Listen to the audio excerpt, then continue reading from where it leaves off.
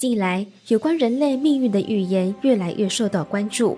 2025年，有人说地球将面临种种灾难，但最令人震惊的说法是，有人说他获得了来自神的启示，人类的时间已经不多了，从现在起我们只剩下5年，而且明年的时间还会加速。如果这一切是真的，我们是否还能扭转命运？危机中是否藏着转机呢？今天就让我们一起来探讨这则攸关全人类的重大预言。来自奈及利亚的预言家 Tomi Arayomi 最近在与美国主持人 Katie Souza 合作的影片中，再次公开了他所接收到的震撼神谕。他说自己能听见神的启示，并将这些预言传达给世人。托米说，他在2021年的一次神秘经历中，神让他看见了一个巨大的钟表，就像是伦敦的大笨钟，然后告诉他，人类只剩下9年的时间，这9年会过得像9个月，9个月会像9天，9天会像9秒一样快。那么9年后会发生什么呢？托米说，神当时明确启示，9年后，世界会迎来一次新的危机，一次全球的重置。如今4年已经过去，按照这个预言，人类只剩下最后的5年时间。到2030年，世界将迎来翻天覆地的改变。在过去4年里，地球上已经发生了诸多让人不安的事件，包括从中国爆发的新冠病毒大瘟疫、俄罗斯与乌克兰的战争、中东的持续冲突，到各地的极端气候与社会动荡，无不印证了托米的话，这几年并不是让人类高枕无忧度过的时间。随着2025年的到来，人们对未来的担忧已经不仅仅是眼前的困难，而是全世界即将面临的挑战与大灾难。当神预告的时间来临，托米相信世界在2030年会迎来巨大的变化。托米说，神告诉他，一场全球性的饥荒会降临世界，全球都出现了不寻常天气。这场危机不仅是食物短缺，还涉及水资源的枯竭。某些国家可能找到水源，而另一些国家则需要进口或尝试将海洋和河流变成淡水。因为神说，你们的水已经快用完了。而且这不仅是东方世界的饥荒，也是西方世界的饥荒。托米认为，这次危机远不仅是一场农业饥荒，而是一场涉及生活方方面面的全面性灾难，包括金融、能源、基础设施等领域。他认为金钱的定义将会经历一场革命，银行系统和货币体系可能面临重大变革，有一些国家甚至可能考虑回归黄金或白银标准来保护本国财富。托米强调，无论是个人或是政府、国家，都应该在这个瞬息万变的时代建立自己的安全网，以应对未来的挑战。有关2030年的末日危机，联合国也有官方的警告。根据联合国2022年4月26日发布的全球评估报告指出，到2030年，全球每天将面临高达 1.5 起的灾害，导致全球过去的经济和社会进步消耗殆尽，并警告说，人类活动和行为正在世界范围内导致灾害频发，致使数百万人的生命危在旦夕，各项社会和经济成果已将功亏一篑。报告还指出，人类对风险的认知不足，以及盲目乐观、狂妄自大的政策决策，正在进一步加剧全球脆弱性，将人类推向危机边缘。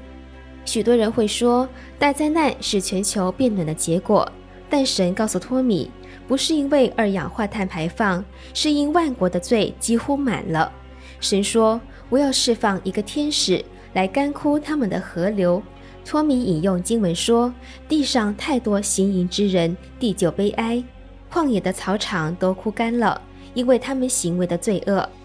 此外，英国物理学家霍金在2015年也曾提出，太阳将在2030年休眠，这将导致地球气温大幅度下降，进入小冰河期。到时候，只有少数人能够逃离地球，但是终究逃不出太阳系。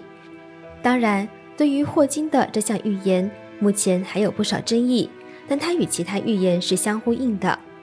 在日本，也有一部传奇的预言书叫《日月神事》，书中同样提到一场关乎人类与宇宙的大重启。这部预言书的作者冈本天明于1897年出生，从小就能跟神界交流。从1944年到1961年，他以自动书写的方式完成了52卷预言书，其中39卷已公开出版，剩下的13卷据说是被神禁止公开的。日月神事中说，世界的混乱并非源自于人界物质世界，而是来自神界。书中揭示，整个宇宙包括人类的物质世界和天界，整个3000世界都在经历一场大重启，最终宇宙所有天体都将回归到原始的样子。书中提到，内神界的大门在1945年前后已经开启，而中神界的大门则可能在未来的某个鼠年开启。根据预言，鼠年及其前后的10年是关键时期，而巧合的是，新冠疫情的大规模流行正是从2020年鼠年开始的。或许2020年的鼠年是正如预言所说，是全球重建的开始。2030年前后将是决定性的关键时刻。在今年即将结束之际，托米预言2025年将是一个加速之年，未来1年时间将以惊人的速度推进。他表示，很多人会被快速推进到神安排的位置，速度快到大脑甚至来不及思考与适应。相信大家现在都有这么一种感觉，过去感觉一天很漫长，可是如今呢，一天好像什么都没做，时间就过去了。特别是近期，人们普遍感受到时间流逝的比以往更加迅速。英国《每日新报》曾经报道，英国国家物理实验室的研究人员发现，地球正在以50年来最快的速度自转，使得我们一天的实际时间比24小时更短。科学家将这种现象归因于地球内部的融合运动、潮汐、气候变化以及钱德勒摆动，也就是地球自转轴相对于地球表面的小腹运动。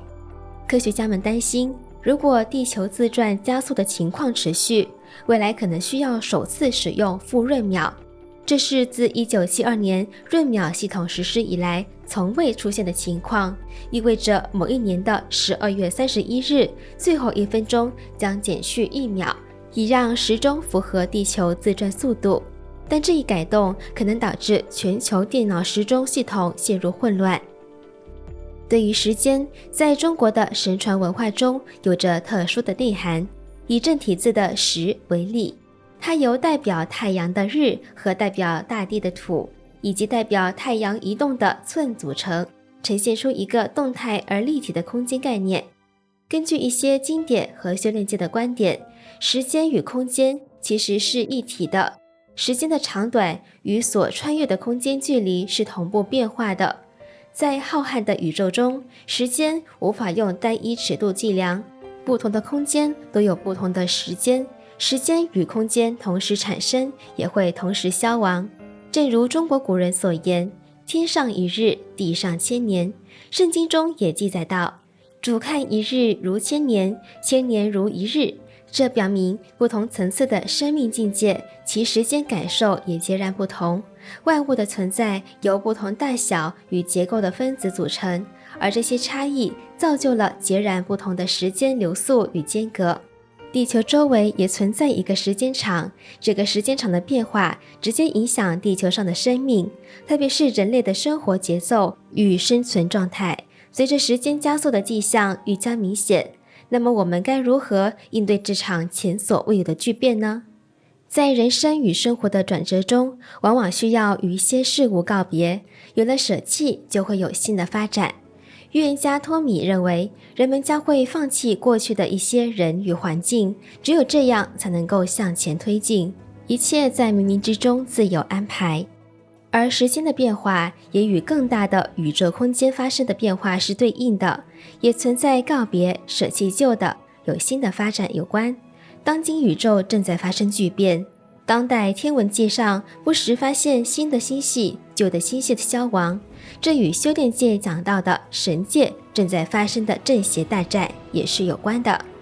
预言家托米引用神的说法说，全世界出现不寻常天气，原因是传统教会的气氛变了，也就是说，人类对神的信仰变了，变得不信神了。